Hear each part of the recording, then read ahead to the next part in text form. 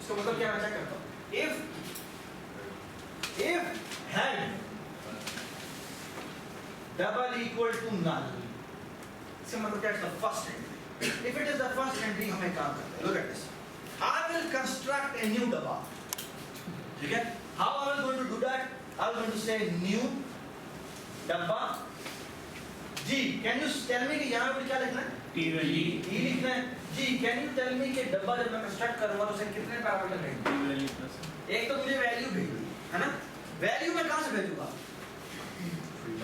जो मुझे इस insert at beginning में पास है, तो मैं val as it is भेज दूँगा. अब मुझे next भेजना है. Can you tell me मैंने नया डब्बा बनाया है, इसके next में क्या होगा? Null. Sharp. So the second parameter will be so simple, so elegant. है ना? खाली वैल्यू भेज दो. जी क्या? खाली वैल्यू भेज देते हैं उधर, उसको वैसे कहते हैं कि अगर कुछ ना भेज दो. ये भी है, you're absolutely right. हम ये भी कर सकते हैं कि इसको is equal to null करें. इसका फायदा क्या होगा? लेकिन हम कोई पैरामीटर नहीं भेजेंगे तो by default value null करेंगे. You're absolutely right. यहाँ पर actually सिर्फ val कर देते हैं, इसका मतलब मैं पैरा डबल और वो by default null assign करें. अगर हेड और टेल दोनों एग्जिस्ट ना कर रहे हो, दोनों exist दोनों है. ये बात सुनो. Null. है तो एक बात थोड़ा सा गलत बात ये. I mean बात तुमने ठीक की है, लेकिन अगर थोड़ा तुम्हें शायद ज़्यादा क्लीनली कहना चाहिए. हेड और टेल दोनों एग्जिस्ट ना कर रहे हो, ये सेंटेंस गलत है. ये इसलिए गलत है क्योंकि हेड और टेल जब तुमने एक दफा ये बना दिया तो वो एग्जिस्ट करते हैं, क्योंकि वो पॉइंटर है. हाँ, हेड और टेल के अंदर कोई ऐसा कोई एड्रेस किसी डब्बे का नाम, ये वैलिड सेंटेंस है. ये बात समझ आ गई? वही मैंने चेक किया कि अगर हेड नल है, इसका मतलब है कि मुझे एक नया डब्बा बनाना है और मैंने उस नए डब्बे के नेक्स्ट को बाय डिफॉल्ट नल कर दिया. कहाँ पर किया? वहाँ पर मैंने इज इक्वल टू नल कर दिया. इकरा प्लीज बी लेटर. ये जो मैंने नया डब्बा बनाया है, मुझे क्या करना चाहिए? Head और tail दोनों नहीं है. हेड और टेल दोनों के दोनों यही होने चाहिए. Everybody understand? तो मैं कैसे करता हूँ? मैं करूँगा head is equal to tail is equal to this. ये जो न्यू ऑपरेटर है, ये क्या रिटर्न करता है? शाबाश.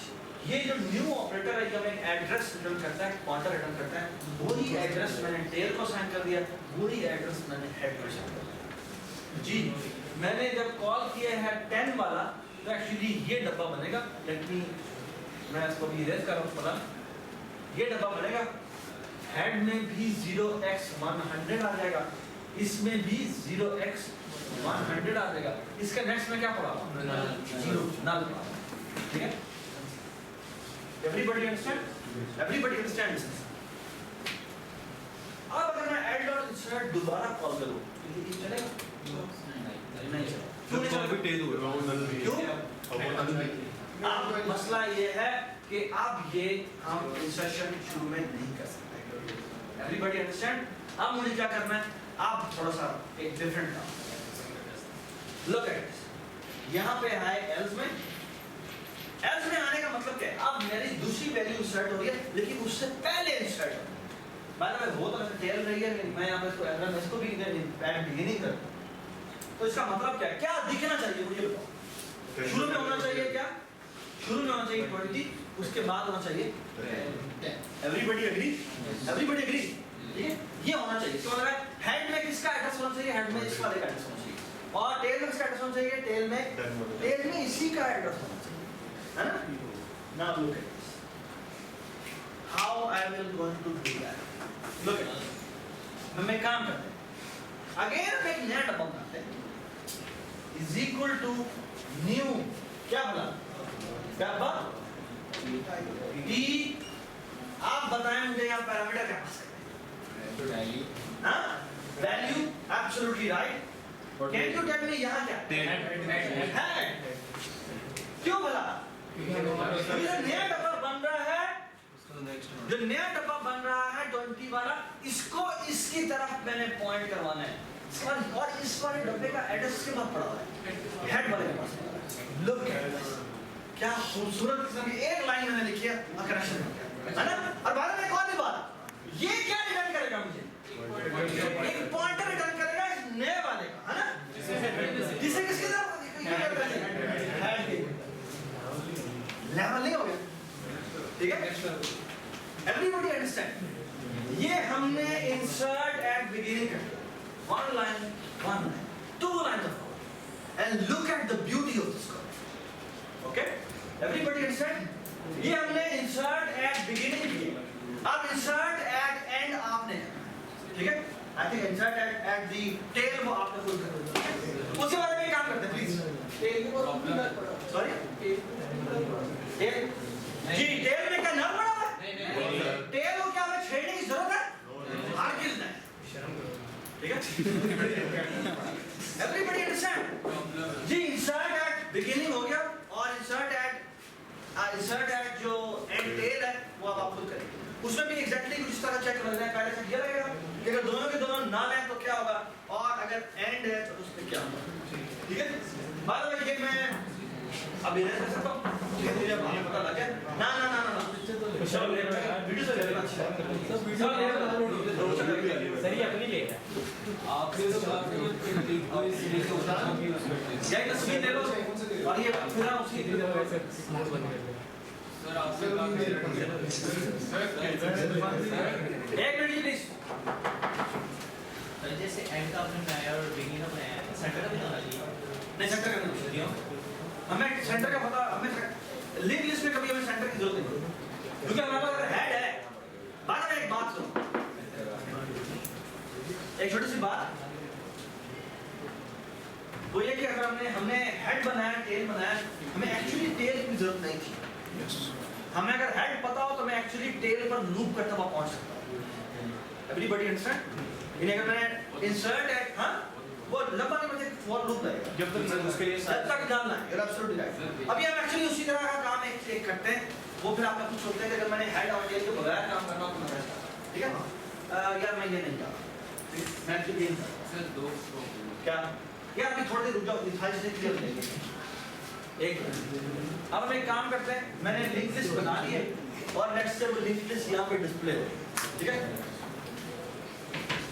इसी लिंक लिस्ट में मैं एक और फंक्शन बनाता हूँ जिसका नाम है प्रिंट, ठीक है? प्रिंट ने क्या करना है,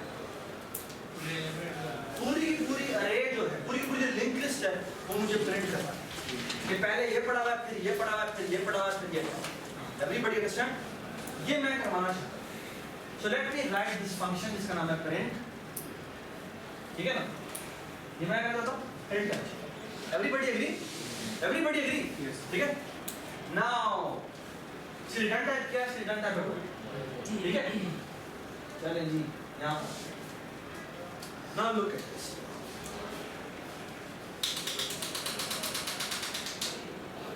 मुझे क्या करना है? मेरे पास हेड है, मुझे हेड से स्टार्ट करना है, कहाँ तक जाना है? मुझे टेल तक जाना है, ठीक है? एक्चुअली ना तक जाना है कि जब वो हमें एक्चुअली हम क्या करते हैं एक टेम्परेरी पॉइंटर बनाते हैं, उसके शुरू में हेड असाइन करते हैं। हेड असाइन करने का मतलब क्या है? हेड असाइन करने का मतलब है जो हेड में वैल्यू पड़ी है उसमें वैल्यू आ जाएगी और वो हम आगे यूज रिवर्स करते हैं, ठीक है? तो हम करते क्या है, एक फॉर लूप लगाते हैं या व्हाइल लूप से भी हो सकता है। फॉर यहाँ पे लिखते हैं डब्बा टाइप का, लेकिन वो कंटीन्यूअस नहीं पड़ेगा। कंटीन्यूअस नहीं पड़ी, किसने क्या कंटीन्यूअस पढ़ा? पॉइंटर की एड्रेस हमें कंटीन्यूअस क्यों चाहिए? मतलब आप कंटीन्यूअस करेंगे अगला तो कुछ और आएगा। अगला 300 से 300 कैसे? क्या अगले पे कैसे जाएंगे? 304 पे अगले पे कैसे जाएंगे बताता हूँ। नेक्स्ट पे उसका एड्रेस पड़ा नेक्स्ट से कि मेरे पास ये अभी तक मेरे पास ये लिंक बनी है, ठीक है? यानी कि हेड इसका एड्रेस के पास है और उसके बाद आगे ये स्ट्रक्चर बना हुआ है, ठीक है? मैं कहता हूँ डब्बा और इस टाइप का मैं क्वांटर बनाता हूँ जिसका नाम रखता हूँ मैं टेम्प मीन टेम्परेरी, ठीक है? या इसको मैं आई कहता हूँ, आई मीन्स आइटरेटर, ठीक है? I for iterator. और यहाँ पे मैं कहता हूँ इज इक्वल टू, यहाँ पर मैं असाइन कर देता हूँ हेड और यहाँ मैं करता हूँ while I is not equal to, क्या होना चाहिए? I is equal to, look at this, I is equal to I arrow next point, ठीक है? अभी थोड़ा सा रुको, थोड़ा ठीक है? और यहाँ मैं क्या करता हूँ? यहाँ मैं कहता हूँ सी आउट I arrow, अब हर एक को arrow का पता है? I arrow और यहाँ मैं करता हूँ क्या? arrow में क्या बना हुआ है? डेटा में डायरेक्टली तो प्रिंट नहीं कर सकता, तो मुझे क्या करना चाहिए? Gate data, okay. और यहाँ मैं दरमियान में space. By the way this function is assuming कि क्या हुआ है? क्या बना हुआ है? दिस फंक्शन इज अज्यूमिंग के जो भी डेटा आएगा वो उसके लिए सी ऑफ ऑपरेटर ओवरलोड वो है। यदि स्टूडेंट का बनाया है, टीचर का बनाया है, यहाँ बनाने की जरूरत है। अगर यहाँ बनाएंगे तो फिर तुम्हें आई डॉट गेट डेटा करने की जरूरत नहीं थी, उसकी जगह सिर्फ एग्जांपल ये देते हैं स्टैटिक। ठीक है, स्टैटिक का मतलब है टॉकिंग अबाउट दैट डबल और वो कहता है इसको आउटपुट कर। ठीक है, तो ऐसे कर दो या ऐसे कर दो जैसे सर यहाँ पे नेक्स्ट एक्सेस हो जाएगा, नेक्स्ट जो हमने लिखा है। यू आर राइट, यहाँ पर नेक्स्ट नहीं होगा, वो प्राइवेट है, तो यहाँ पर लिखना पड़ेगा i is equal to I arrow get next. ठीक है,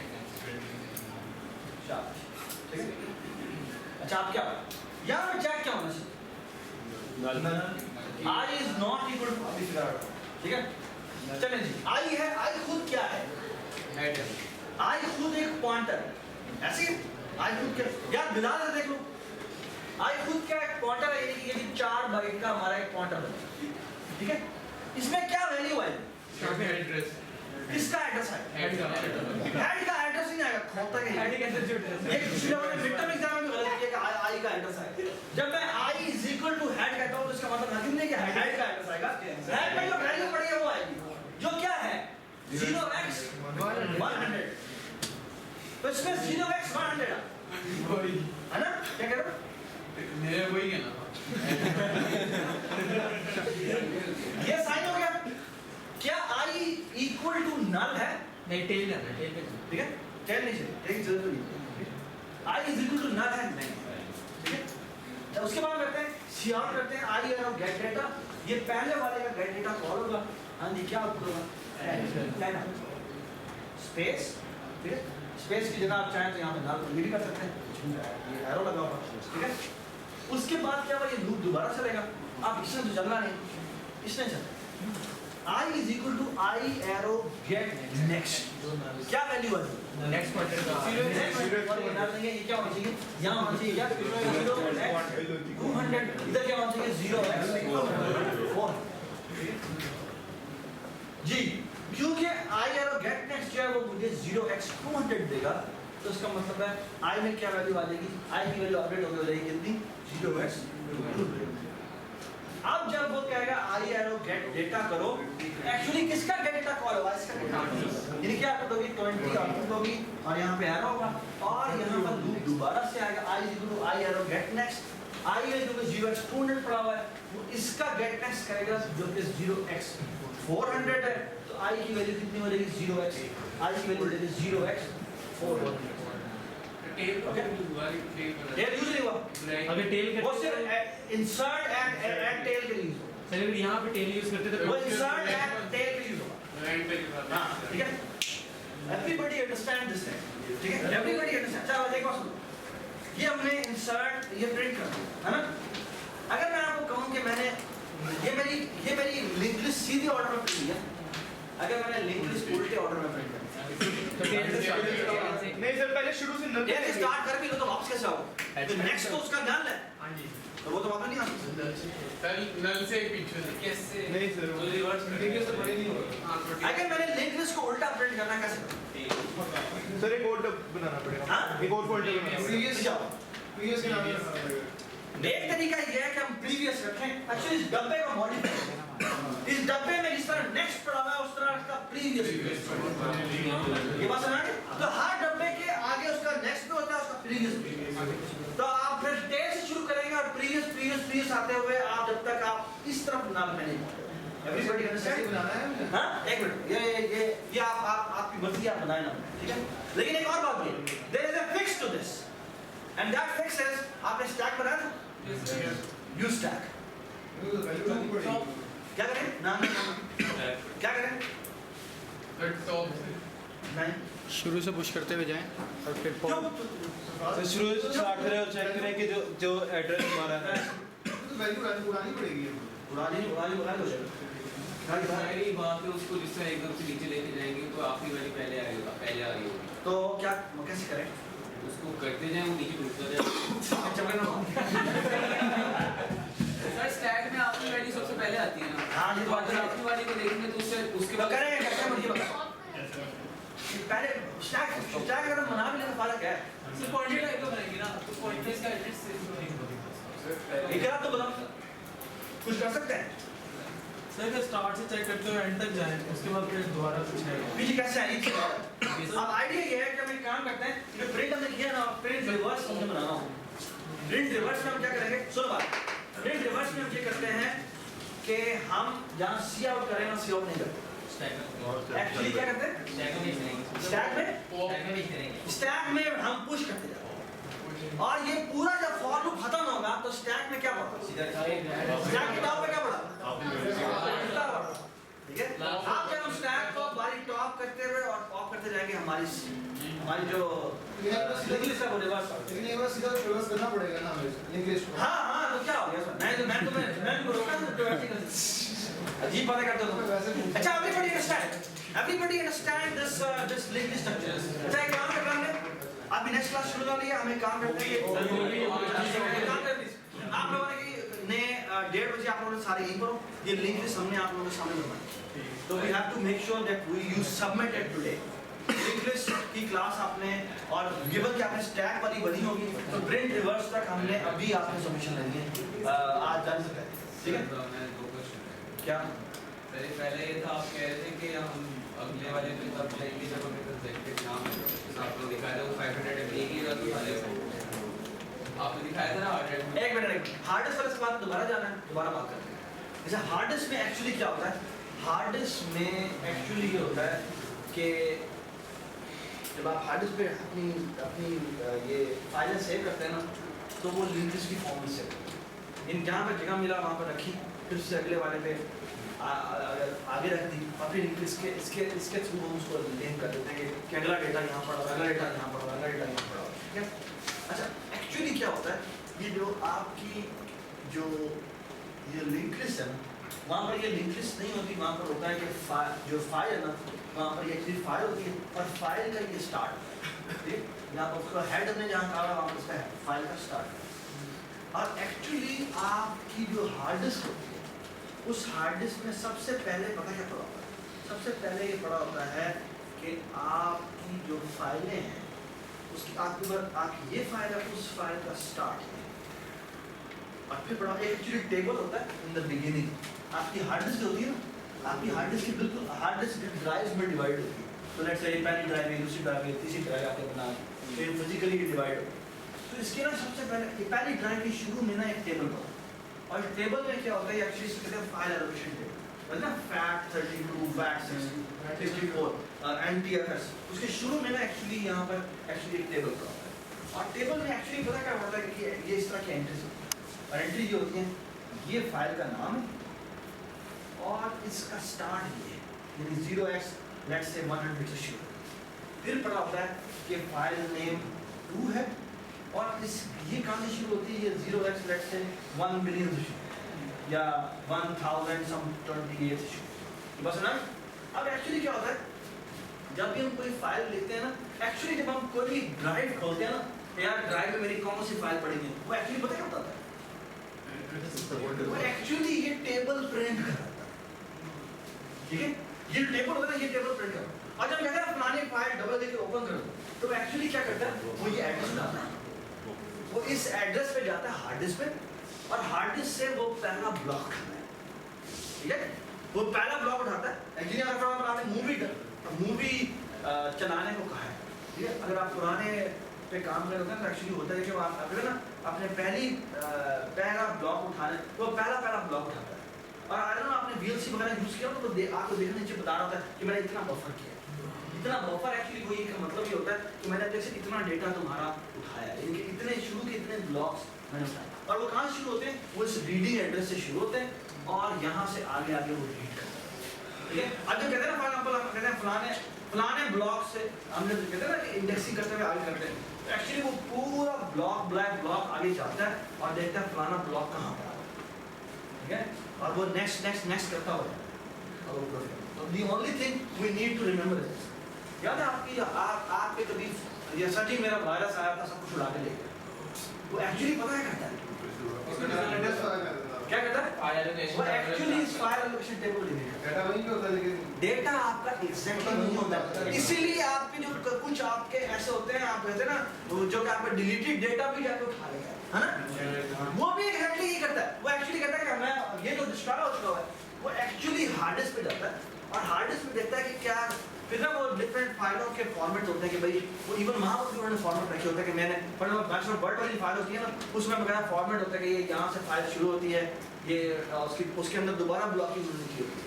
तो अगर मूवी वाली फाइल होगी तो उसकी अपनी एक हेडर फाइल होती है, उससे वो पूरा फिगर आउट करता है कि वो कि ये इस तरह से डेटा, ठीक है। तो the thing is the most important part is कि एक्चुअली आपके इवन जो फाइल रिकवरी सॉफ्टवेयर जो होते हैं ना, वो भी एग्जैक्टली वो एक्चुअली ये अवेलेबल उनको होता नहीं है, वो फिजिकली जाके हार्ड डिस्क से जाके देखते हैं। अब बात एक और होता है, जब मैं किसी भी फाइल को डिलीट करता हूँ क्या होता है, एक्चुअली हार्ड डिस्क एम्प्टी नहीं होती, वो डाटा अभी तक वहीं पड़ा हुआ है, इसीलिए आप कभी एक्सीडेंटली डिलीट कर दे और वो आपका डेटा रिकवर हो सकता है। मेरे साथ कई दफा हो चुका है, जब मैं ये रिकॉर्डिंग के लिए लेके जाता हूँ, आप डेटा जाके मैं समझता हूँ मैंने कॉपी कर दिया और डिलीट। तो सर डिलीट करने के तब बोलते हैं हम डीप फॉर्मेट करते हैं, डीप फॉर्मेट करते हैं, इसलिए वो हर जगह जाके वो उसे एम्प्टी करता है। यानी कि जब हम उसको क्विक फॉर्मेट करते हैं तो वो सिर्फ फाइल अलग क्विक फॉर्मेट करने का मतलब ही ऐसे हमें ये वाला सर लेकिन फिर स्पेस में फ्री नजर आने लगता है, इसलिए